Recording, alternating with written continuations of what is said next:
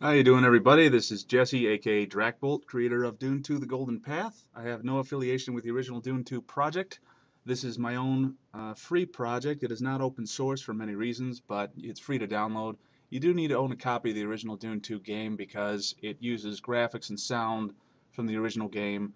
You don't need to actually have the files available to the program, but you just need to own it for intellectual property rights reasons. So I've got a bunch of crazy people here on the Steam group who are interested in playing a free-for-all game between three guys, and I'm going to try to observe it. Right now I'm trying to find the host online. Supposedly it's up.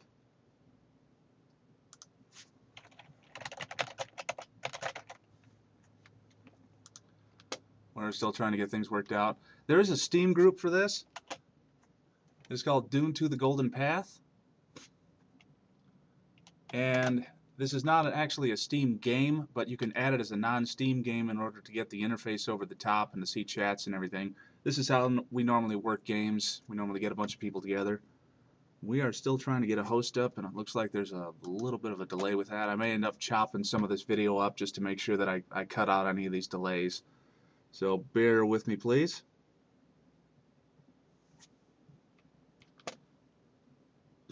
Puxii is the guy who's going to host. He is from the Netherlands. He's been with this project. He's been a fan and a community member of the project for a long time. He's kind of our spokesperson. There is the host. I'm going to join up with that.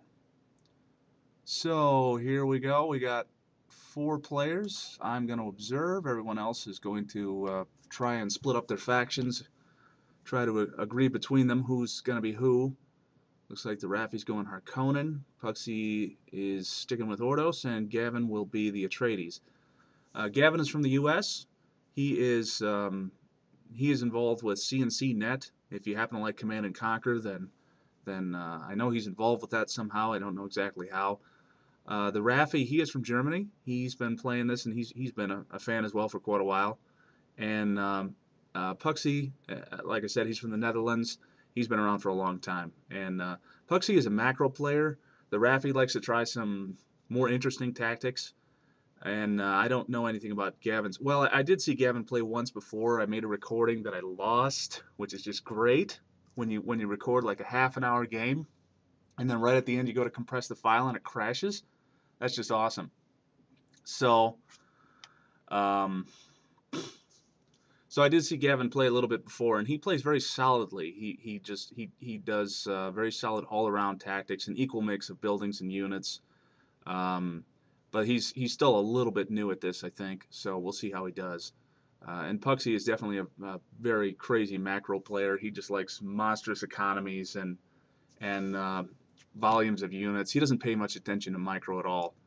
So you're going to see a lot of his individual units make mistakes, but he's just going to try and steamroll everybody. So we'll see what happens. I have allergies. I'm sorry if you hear a snorting noise every once in a while, because that's the way it's been all my life. There's no escaping that. It's what I was born with. I can take all the allergy medications in the world, and my nose will still sound like this. So apologize in advance for that. So here we are. We are started. Let's see. Looks like Puxii, the Ordos, is going to get delayed just a few seconds trying to find a large enough rock space. Gavin has a good amount of rock right here. He's going to get started right away. And Raff is already up and going. Unfortunately, Puxii is going to take a couple of seconds here. He is deciding to stick with this small amount of rock. He probably should have spent the extra few seconds looking for a larger piece of rock, because this really isn't a lot. And even though he can't see this because everyone's screen is actually black except mine, just because I'm observer, I can see everything. Even though he can't see these big patches over here, he probably should have just kept looking a little bit, because that's not a lot, and he's really constricted by having some crags right in the middle too. So he's going to have to tech straight up to microwave power. More than likely, he's going to have to get a House of X right away. That might even be what's going down, or it might be an outpost. And then he's going to have to get microwave power to be able to build his structures from further away. So we'll see how that goes for him. Raff is pumping out refineries. It looks like he's also going to be going for a macro build. He's going to try to get his economy straight up and running, and looks like he is putting down concrete underneath everything, which you don't have to do. If you want to try and rush somebody, you don't need concrete at all. A little bit of scouting going on here. If you want to avoid concrete, the only problem with that is in the long game, there's so much decay on your buildings that you end up losing a lot of money over time. So putting down concrete is definitely a long build tactic, and it's definitely something you want to do to prepare for the late game. Uh-oh, he just put down some stuff incorrectly there.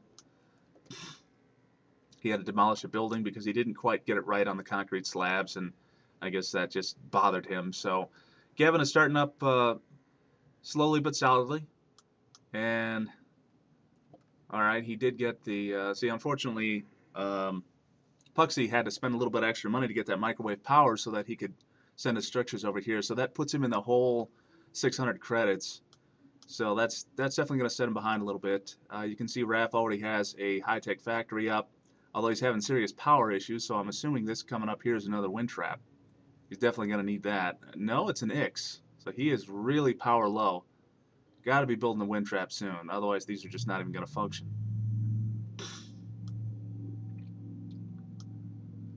Gavin's doing all right. In this game, okay, he just demolished something for whatever reason, probably just to consolidate some space or what have you. So in this game, if you hold down the mouse wheel button, then you can get this nice overhead view and be able to jump back and forth between places really quickly. So I'll probably be using that a little bit. That normally only works if you have a radar outpost up. Otherwise, you're kind of stuck in this view. There was a worm. We got worm sign on right now. The way the worms work in this game, that worm sign comes every few minutes, and when it happens, it stays on for a couple of minutes.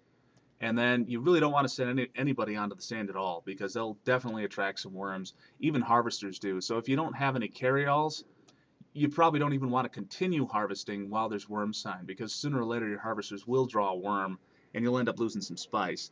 Harvesters are free to buy. They're free to produce and replace, but they take a long time. They take longer to build than anything else in the game.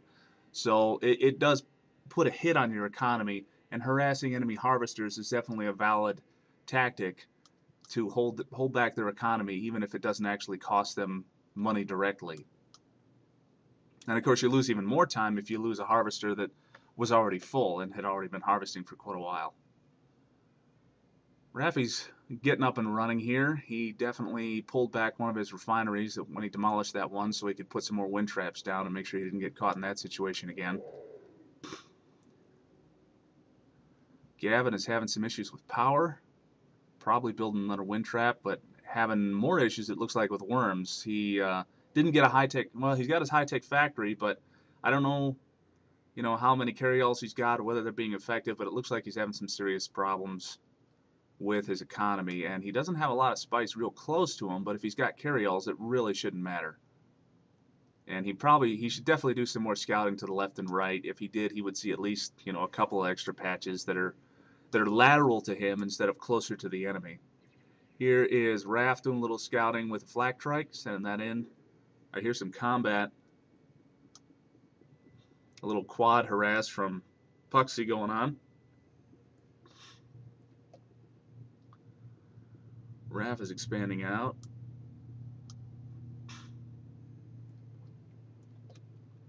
So the way production works in this game, in my game, if you take a production facility like not necessarily a high-tech factory, and like a heavy vehicle factory, you see these queues here. These are these little shadows of units. This is how production works in this game. Basically, you select a production building, you choose what unit you want to produce, and then you just click somewhere on the board to drop the queues. And they'll just start to build one at a time for each factory that you have, and your credits will start draining. When they're done, they'll leave that factory like this, and then they'll proceed to where the queue was. So it's a great way to go across the board and use one of the hotkeys to pick one of your hotkey, or a control group to pick one of your buildings, and then just choose a queue and drop a whole bunch of units there when you want to reinforce or set up a staging area a long way away. Carryalls are also invaluable for carrying your people over the long distances. So Raff is already starting to build up some tanks. He's working on getting a little heavy vehicle force here, and he spent a lot of money on MCVs. He's got another MCV building, and these are 900 credits apiece, so these are anything but cheap. This is a lot of money. He's really going for a long game build. He wants a lot of production ability with his buildings, because each construction yard will allow you to build another building simultaneously. So it looks like he's putting out a third, which is, I mean, if you know anything about StarCraft 2, that's like, doing a fast third expo, and this is definitely going to hold him back a little bit if anybody else decides to get some military units out there and start attacking. Gavin is still working pretty slowly. Um, really needs to be doing more scouting. I mean, he could even use the tank that he's got if he's got no other units left. I don't see any other units for him. Well, no.